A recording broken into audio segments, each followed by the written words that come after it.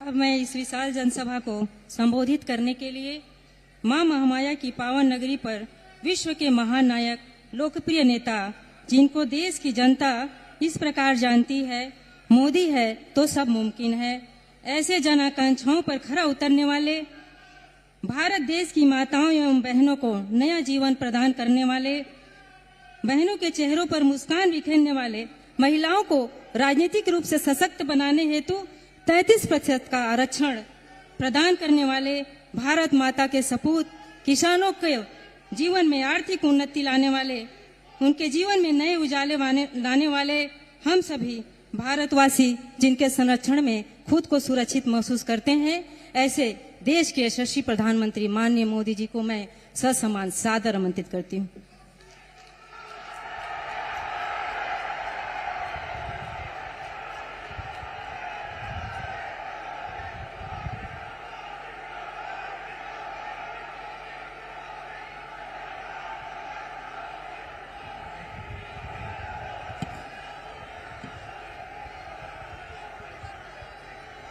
मां महामाया माई की, मां महामाया माई की,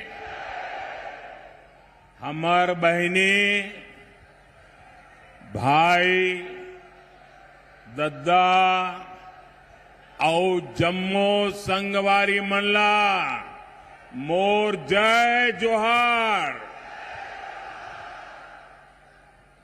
भाजपा ने जब मुझे प्रधानमंत्री पद का उम्मीदवार बनाया था, तब अंबिकापुर में ही आपने लाल किला बनाया था।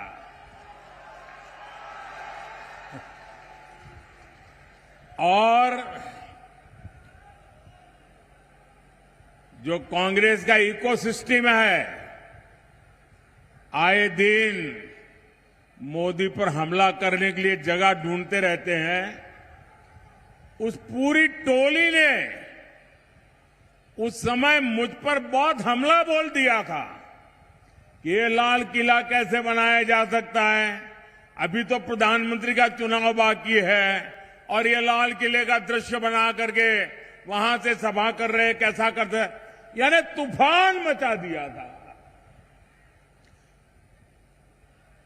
बात का बवंडर बना दिया था। लेकिन आपकी सोच थी, वही मोदी लाल किले पर पहुंचा और राष्ट्र के नाम संदेश दिया। और आज अंबिकापुर ये क्षेत्र फिर वही आशीर्वाद दे रहा है। फिर एक बार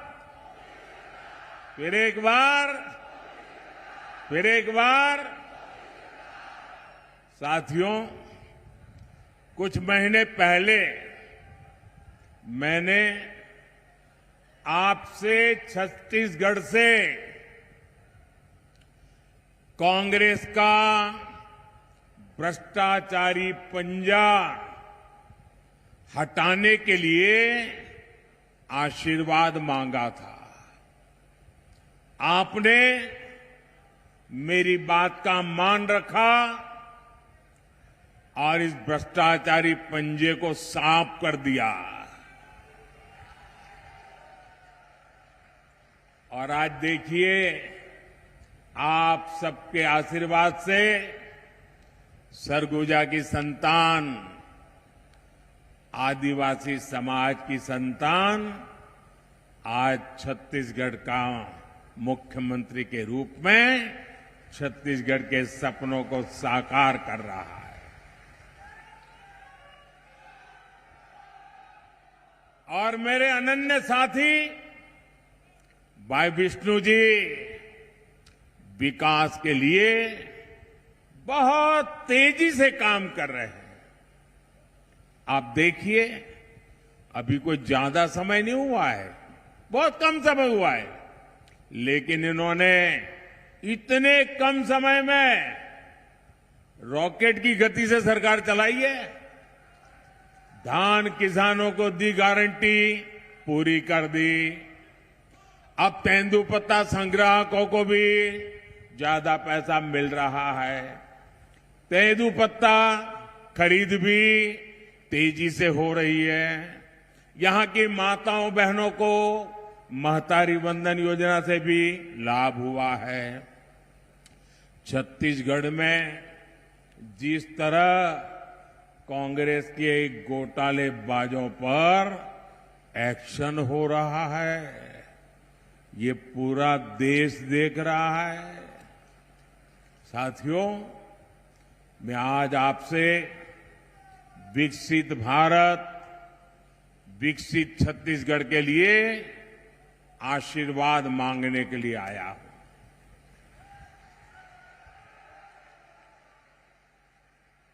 जब मैं विकसित भारत कहता हूं तो कांग्रेस वालों का और दुनिया में बैठी कुछ ताकतों का माथा गर्म हो जाता है।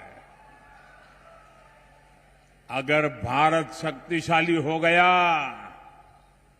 तो कुछ ताकतों का खेल ही बिगड़ जाएगा।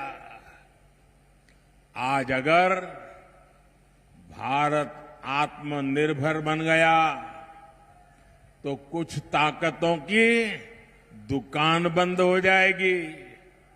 इसलिए वो भारत में कांग्रेस और इंडी गठबंधन की कमजोर सरकार चाहते हैं।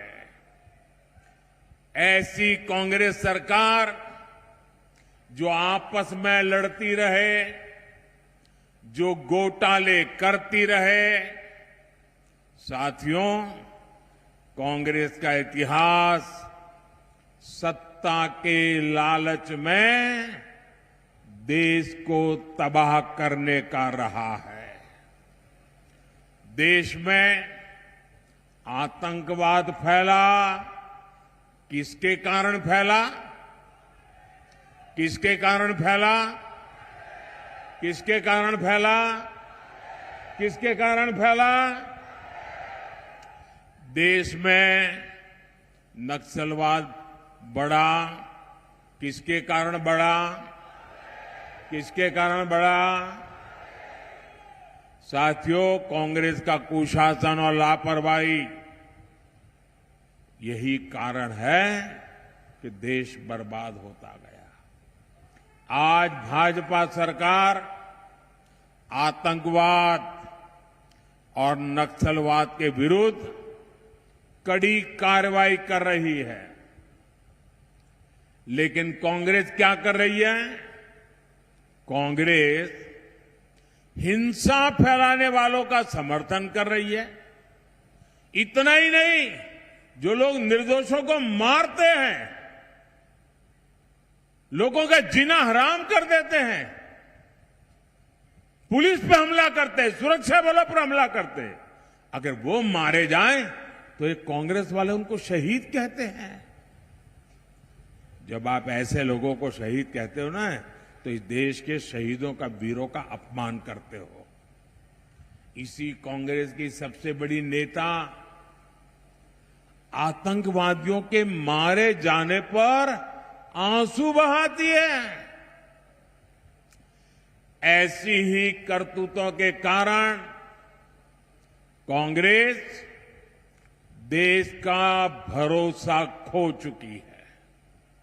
भाइयों और बहनों, आज जब मैं सरगुजा आया हूं तो कांग्रेस की मुस्लिम लीगी सोच को देश के सामने रखना चाहता हूं।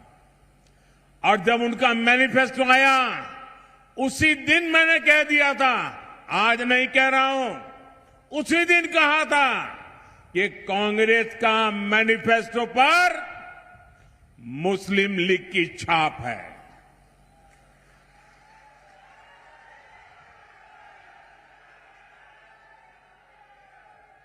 साथियों, जब संविधान बन रहा था,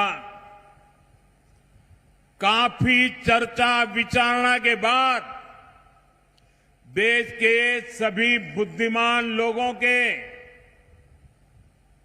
चिंतन मनन के बाद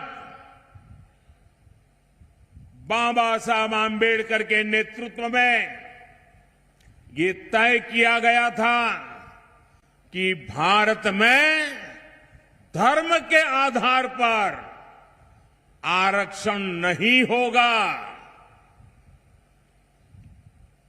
आरक्षण होगा तो मेरे दलित भाई बहनों के लिए होगा, मेरे आदिवासी भाई बहनों के लिए होगा, लेकिन धर्म के नाम पर आरक्षण नहीं होगा।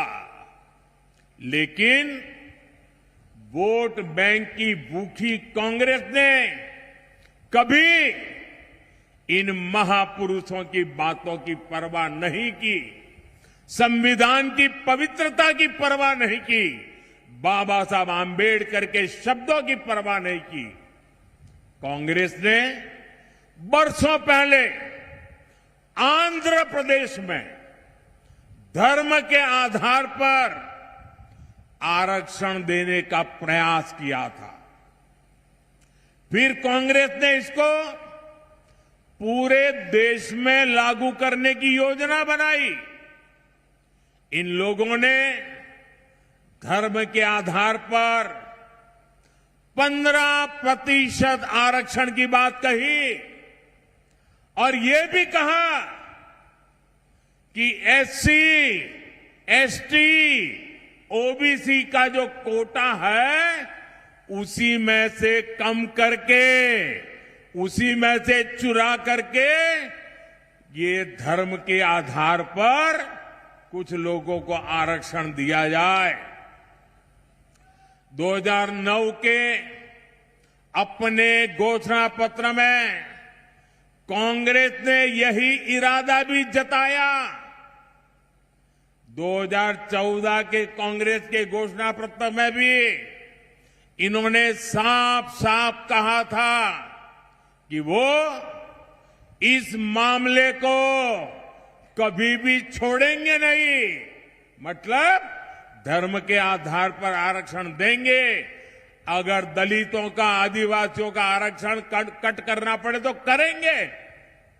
कई साल पहले कांग्रेस ने कर्नाटका में धर्म के आधार पर आरक्षण लागू भी कर दिया था।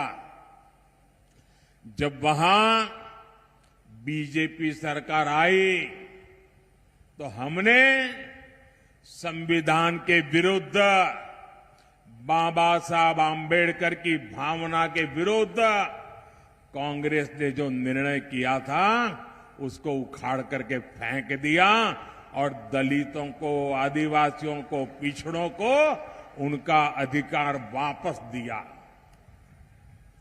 लेकिन कर्नाटक की कांग्रेस सरकार, उसने और एक पाप किया। मुस्लिम समुदाय में जितनी भी जातियां हैं सबको उन्होंने ओबीसी कोटा में डाल दिया और ओबीसी बना दिया। यानी जो हमारे देश के ओबीसी समाज को लाभ मिलता था उसका बड़ा हिस्सा कट गया और वो भी वहां चला गया। यानी कांग्रेस ने सामाजिक न्याय का अपमान किया, सामाजिक न्याय की हत्या की। कांग्रेस ने भारत के सेक्युलरिज्म की हत्या की। कर्नाटका अपना यही मॉडल, ये कांग्रेस पूरे एससी, एसटी, ओबीसी का हक अपने वोट बैंक को देना चाहती है। भाई और बहनों, ये सिर्फ आपके आरक्षण को ही लूटना नहीं चाहते, उनके तो और बहुत कारनामे हैं। और इसलिए मेरे आदिवासी भाई बहनों को कहना चाहता हूं, मेरे दलित भाई बहनों को कहना चाहता हूं, मैं ओबीसी के भाई बहनों को कहना चाहता हूं, ये कांग्रेस के इरादे नेक नहीं है, संविधान के अनुरूप नहीं है, सामाजिक न्याय के अनुरूप नहीं है, भारत की बिन सांप्रदायिकता के अनुरूप नहीं है। अगर आपके आरक्षण की कोई रक्षा कर सकता है तो सिर्फ और सिर्फ भारतीय जनता पार्टी कर सकती है। और इसलिए आप भारतीय जनता पार्टी को भारी समर्थन दीजिए ताकि कांग्रेस की एक न चले, किसी राज्य में भी वो कोई हरकत न कर सके, इतनी ताकत आप मुझे दीजिए ताकि मैं आपकी रक्षा कर सकूं। साथियों, कांग्रेस की नजर सिर्फ आपके आरक्षण पर ही ऐसा नहीं है। कांग्रेस की नजर आपकी कमाई पर, आपके मकान, दुकान, खेत, खलिहान पर भी है। कांग्रेस के शाहजादे का कहना है कि ये देश के हर घर, हर अलमारी, हर परिवार की संपत्ति का एक्सरे करेंगे। हमारी माताओं बहनों के पास जो थोड़ा बहुत स्त्री धन होता है, गहने जेवर होते हैं, कांग्रेस उनकी भी जांच कराएगी। यहां सरगुजा में तो हमारी आदिवासी बहनें चंदबा पहनती है, हंसूली पहनती है, हमारी बहनें मंगलसूत्र पहनती हैं। कांग्रेस ये सब आपसे छीनकर, वो कहते हैं हम इक्वली डिस्ट्रीब्यूट कर देंगे। अब आपको मालूम है ना वो किसको देंगे? मालूम है ना किसको देंगे? आपसे लूट करके किसको देंगे मालूम है ना? मुझे कहने की जरूरत है क्या? क्या ये पाप करने देंगे क्या आप? और कहती है कांग्रेस सत्ता में आने के बाद ही वो एक के बाद ऐसे क्रांतिकारी कदम उठाएगी। अरे ये सपने मत देखो, देश की जनता आपको ऐसा मौका नहीं देगी। साथियों, कांग्रेस पार्टी के खतरनाक इरादे एक के बाद एक खुलकर सामने आ रहे हैं। शाही परिवार के शाहजादे के सलाहकार, इस शाहबदीद परिवार के शाहजादे के पिताजी के भी सलाहकार, उन्होंने कुछ समय पहले कहा था, और ये परिवार उन्हीं की बात मानता है। उन्होंने कहा था कि हमारा देश का जो मिडिल क्लास है, मध्यम वर्गीय लोग हैं, जो मेहनत करके कमाते हैं, उन्होंने कहा उन पर ज्यादा टैक्स लगना चाहिए। ये इन्होंने पब्लिकली कहा है। अब ये लोग उससे भी एक कदम आगे चले गए हैं। अब कांग्रेस का कहना है कि वो इनहेरिटेंस टैक्स लगाएगी। माता पिता से मिलने वाली विरासत पर भी टैक्स लगाएगी। आप जो अपनी मेहनत से संपत्ति जुटाते हैं, वो आपके बच्चों को नहीं मिलेगी, बल्कि कांग्रेस सरकार का पंजा उसे भी आपसे छीन लेगा।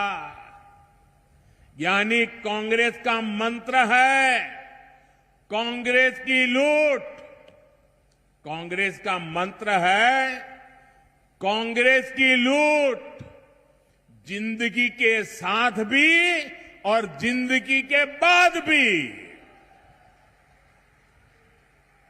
जब तक आप जीवित रहेंगे, कांग्रेस आपको ज्यादा टैक्स से मारेगी, और जब आप जीवित नहीं रहेंगे तो आप पर इनहेरिटेंस टैक्स का बोझ लाद देगी। जिन लोगों ने पूरी कांग्रेस पार्टी पैतृक संपत्ति मानकर अपने बच्चों को दे दी, वो लोग नहीं चाहते कि एक सामान्य भारतीय अपने बच्चों को अपनी संपत्ति दे। भाइयों बहनों, हमारा देश संस्कारों से, संस्कृति से उपभोक्तावादी देश नहीं है। हम संचय करने में विश्वास करते हैं, संवर्धन करने में विश्वास करते हैं, संरक्षित करने में विश्वास करते हैं। आज अगर हमारी प्रकृति बची है, पर्यावरण बचा है, तो हमारे इन संस्कारों के कारण बचा है। हमारे यहां घर में बूढ़े मां बाप होंगे, दादा दादी होंगे, उनके पास एक छोटा सा भी गहना होगा ना, अच्छी एक आध चीज होगी तो संभाल करके रखेगी, खुद भी पहनेगी नहीं। क्यों? वो सोचती है मेरी पोती की जब शादी होगी तो मैं उसको दूंगी, मेरी नाती की जब शादी होगी तो मैं इसको दूंगी। यानी तीन पीढ़ी का सोच करके वो खुद अपना हक भी नहीं भोगती, वो बचा के रखती है ताकि अपने नाते नाती को भी दे सके। ये मेरे देश का स्वभाव है। मेरे देश के लोग कर्ज कर करके जिंदगी जीने के शौकीन लोग नहीं हैं। मेहनत करके जरूरत के हिसाब से खर्च करते हैं और बचाने के स्वभाव के हैं।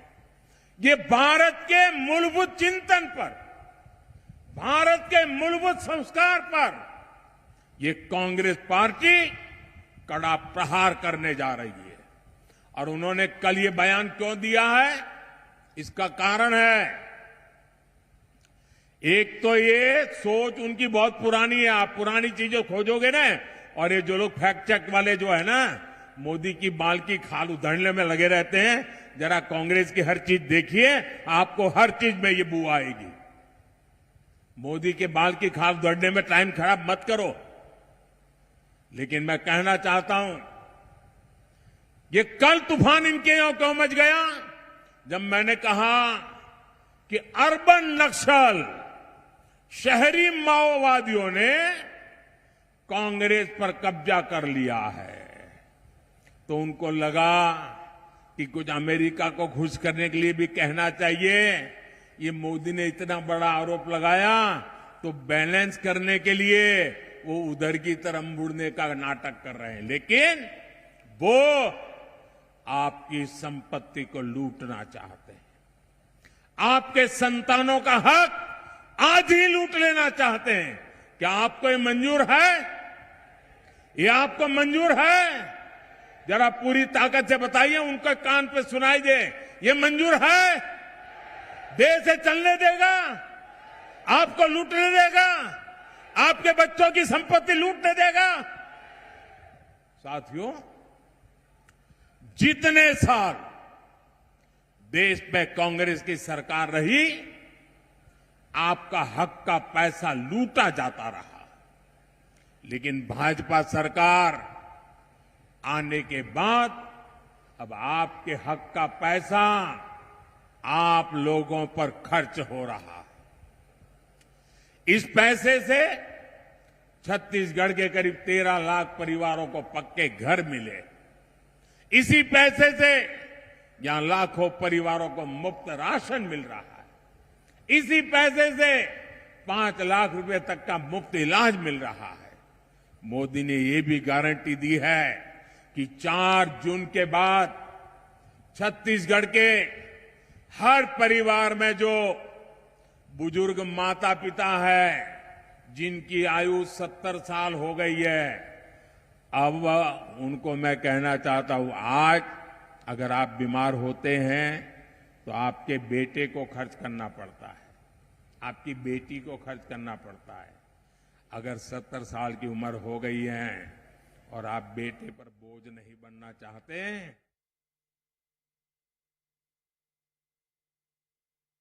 मोदी करेगा। आपके इलाज का खर्च मोदी करेगा। सरगुजा के ही करीब 1 लाख किसानों के बैंक खाते में किसान निधि के 225 करोड़ रुपए जमा हो चुके हैं और ये आगे भी होते रहेंगे। साथियों, यहां सरगुजा में करीब 400 बसाहट ऐसी हैं जहां पहाड़ी कोरवा परिवार रहते हैं। पंडो माझी, मझवार जैसी अनेक अति पिछड़ी जनजातियां यहां रहती है। छत्तीसगढ़ और दूसरे राज्यों में भी रहती है। हमने पहली बार ऐसी सभी जनजातियों के लिए 24,000 करोड़ रुपए की पीएम जनमन योजना भी बनाई है। इस योजना के तहत पक्के घर, बिजली, पानी, शिक्षा, स्वास्थ्य, कौशल विकास ऐसी सुविधाएं पिछड़ी जनजातियों के गांव तक पहुंचेगी। साथियों, 10 वर्षों में भांति भांति की चुनौतियों के बावजूद यहां रेल, सड़क, अस्पताल, मोबाइल टावर ऐसे अनेक काम हुए हैं। यहां एयरपोर्ट की बरसों पुरानी मांग पूरी की गई है। आपने देखा है अंबिकापुर से दिल्ली के ट्रेन चली तो कितनी सुविधा हुई है। साथियों, 10 साल में गरीब कल्याण, आदिवासी कल्याण के लिए हमने इतना कुछ किया, लेकिन ये तो सिर्फ ट्रेलर है, ट्रेलर। आने वाले 5 साल में बहुत कुछ करना है। सरगुजा तो स्वर्गजा यानी स्वर्ग की बेटी है। यहां प्राकृतिक सौंदर्य भी है, कला संस्कृति भी है, बड़े मंदिर भी है। हमें इस क्षेत्र को बहुत आगे लेकर जाना है और इसलिए आपको हर बूथ पर कमल खिलाना है। साथियों, 24 के इस चुनाव में आपके सेवक नरेंद्र मोदी को आपका आशीर्वाद चाहिए। मैं आपसे आशीर्वाद मांगने आया हूं। आपको केवल एक सांसद ही नहीं चुनना, बल्कि देश का उज्जवल भविष्य चुनना है। अपने आने वाली पीढ़ियों का भविष्य चुनना है। इसलिए राष्ट्र निर्माण का ये मौका बिल्कुल न गंवाएं। गर्मी हो, शादी ब्याह का अवसर हो, खेत में कोई काम निकला हो, रिश्तेदार के यहां जाने की जरूरत पड़ गई हो, इन सब के बावजूद भी मतदान के दिन कुछ समय ये आपके सेवक मोदी के लिए निकालिए। भारत के लोकतंत्र के निकालिए, भारत के उज्जवल भविष्य के लिए निकालिए, आपके बच्चों की गारंटी के लिए निकालिए और मतदान अवश्य करें। अपने बूथ में सारे रिकॉर्ड तोड़ने वाला मतदान हो, इसके लिए मैं आपसे प्रार्थना करता हूं और मेरा आग्रह है, पहले मतदान फिर जलपान। हर बूथ में मतदान का उत्सव होना चाहिए, लोकतंत्र का उत्सव होना चाहिए। गाजे बाजे के साथ लोकतंत्र जिंदाबाद, लोकतंत्र जिंदाबाद करते करते मतदान करना चाहिए। और मैं आपको वादा करता हूं, भाइयों बहनों, मेरे लिए आपका एक एक वोट ये सिर्फ वोट नहीं है, मेरे लिए ईश्वर रूपी जनता जनार्दन का आशीर्वाद है। यह आशीर्वाद परमात्मा से कम नहीं है, यह आशीर्वाद ईश्वर से कम नहीं है। इसलिए भारतीय जनता पार्टी को दिया आपका एक एक वोट, कमल के फूल को दिया हुआ आपका एक एक वोट विकसित भारत बनाएगा और ये मोदी की गारंटी है। कमल के निशान पर आप बटन दबाएंगे, कमल के फूल पर आप वोट देंगे तो वो सीधा वोट मोदी के खाते में जाएगा, वो वोट सीधा मोदी को मिलेगा। भाइयों और बहनों, 7 मई को चिंतामणि महाराज जी को भारी मतों से जिताना है। मेरा एक और आग्रह है, आप घर घर जाइएगा और कहिएगा, मोदी जी ने जोहार कहा है। कहेंगे? मेरे साथ बोलिए, भारत माता की, भारत माता की, भारत माता की। बहुत बहुत धन्यवाद।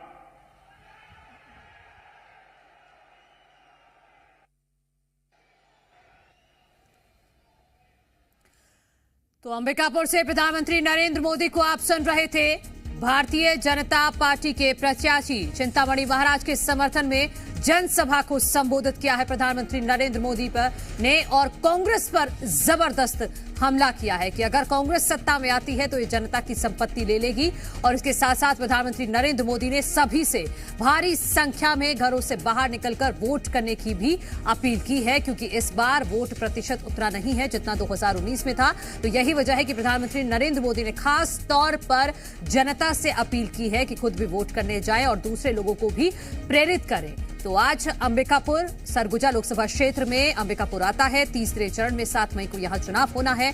तो इसी के मद्देनजर प्रधानमंत्री नरेंद्र मोदी यहां प्रचार करने पहुंचे हुए हैं और अभी भी मंच पर मौजूद हैं। सभी से अब विदा ले रहे हैं, क्योंकि यहां से सीधा मध्य प्रदेश जाना है और मध्य प्रदेश में सागर, बैतूल और भोपाल में शाम को रोड शो होना है। और उससे पहले ये बड़ी जनसभा को अंबिकापुर में प्रधानमंत्री नरेंद्र मोदी ने संबोधित किया है और कांग्रेस पर जबरदस्त प्रहार किया है कि कांग्रेस अगर सत्ता में आएगी तो आपकी संपत्ति ले लेगी। इसके साथ साथ भारतीय जनता पार्टी के कांग्रेस ज्यादा टैक्स से मारेगी, ये बात भी प्रधानमंत्री नरेंद्र मोदी की तरफ से कही गई है कि हमारा देश उपभोक्तावादी नहीं है, हम संरक्षण में विश्वास करते हैं।